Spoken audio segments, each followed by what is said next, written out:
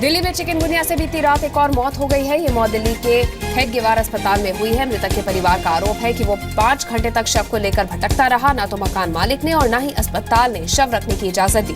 अब पुलिस की दखल के बाद अब इलाके के प्रधान के घर शव को रखा गया है। दिल्ली में चिकनगुनिया से 65 साल के एक बुजुर्ग की मौत ने बीमारी के बढ़ते प्रकोप को लेकर चिंता बढ़ा दी है। आर पांडे नाम के इस बुजुर्ग की मौत दिल्ली के सर गंगाराम अस्पताल में हुई।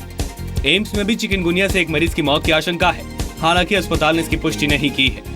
दिल्ली में पिछले हफ्ते के मुकाबले 90% के इजाफे के साथ चिकनगुनिया के 1000 से ज्यादा मामले दर्ज किए गए हैं। चिकनगुनिया के साथ डेंगू के भी मामले बढ़ते जा रहे हैं। एम्स में डेंगू से सिर्फ सितंबर में 5 लोगों की मौत की खबर है। डेंगू से इस साल दिल्ली में कम से कम 9 की मौत हुई है। दिल्ली में डेंगू से पीड़ित मरीजों का आंकड़ा 1100 के पार गया है।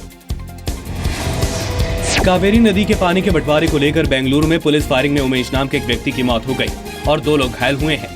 पुलिस को फायरिंग तब करनी पड़ी जब भीड़ ने पुलिस की पेट्रोलिंग पार्टी पर हमला कर दिया।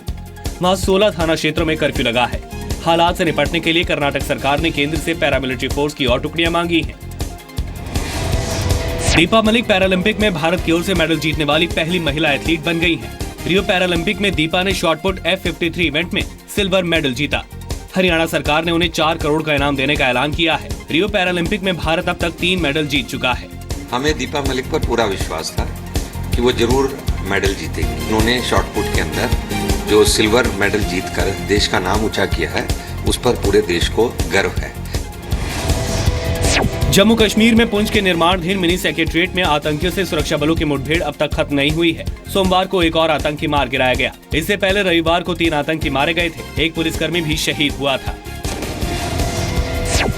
हरियाणा के मेवात में 24-25 अगस्त की रात हुए डबल मर्डर और गैंगरेप मामले में पीड़ित महिलाओं ने कहा है कि पुलिस ने उनके साथ इंसाफ नहीं किया। उनका बयान रिपोर्ट में नहीं शामिल किया गया। वहीं उनसे कोरे कागज पर अंगूठे लगवाए गए। पीड़ित महिलाओं के मुताबिक कातिलों ने मारने और बलात्कार से पहले उनसे कहा था कि तुम लोग गाय का मांस खाते हो, इसीलिए उनके साथ ऐसा कर रहे हैं। IIT, IIM और NIT जैसे संस्थानों में रिसर्च के लिए इंफ्रास्ट्रक्चर बनाने के लिए जल्दी हायर एजुकेशन फाइनेंसिंग एजेंसी यानी HEFA का गठन किया जाएगा। सरकार इसके लिए 200 अरब रुपए खर्च करेगी। IIT, NIT और जो नए IIMs हैं, इनमें 20,000 करोड़ रुपए एक संसाधनों को बढ़ावा देने का काम किया है। कम आय वाले राज्यों में सरकार 100 संस्थानों में तकनीकी शिक्षा के सुधार के लिए वित्तीय मदद भी देगी।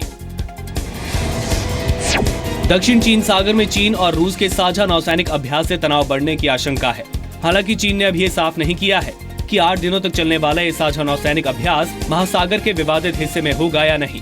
जुलाई में UN समर्थित अंतर्राष्ट्रीय कोर्ट ने महासागर के हिस्से को अपना बताने वाली चीन की 9 डैश लाइन थ्योरी को खारिज किया था। चीन इस निर्णय को स्वीकार नहीं कर रहा है। आज भारत और रूस के बीच द्विपक्षीय संबंधों की समीक्षा की जाएगी। अगले महीने रूस के राष्ट्रपति व्लादिमीर पुतिन की भारत यात्रा से पहले इस समीक्षा बैठक को काफी अहम माना जा रहा है। ये बैठक 22 से भारत रूस इंटर गवर्नमेंटल कमीशन के तहत हो रही है। भारत की ओर से बैठक की अगुवाई विदेश मंत्री सुषमा स्वराज करेंगी। गृह युद्ध से जूझ रहे सीरिया में सोमवार को सीज फायर लागू हो गया। ये सीज फायर रूस और अमेरिका के साझा प्रयासों से लागू हुआ है। उम्मीद जताई जा रही है कि इस सीज फायर से असद सरकार और विद्रोहियों के बीच शांति वार्ता शुरू हो सकेगी।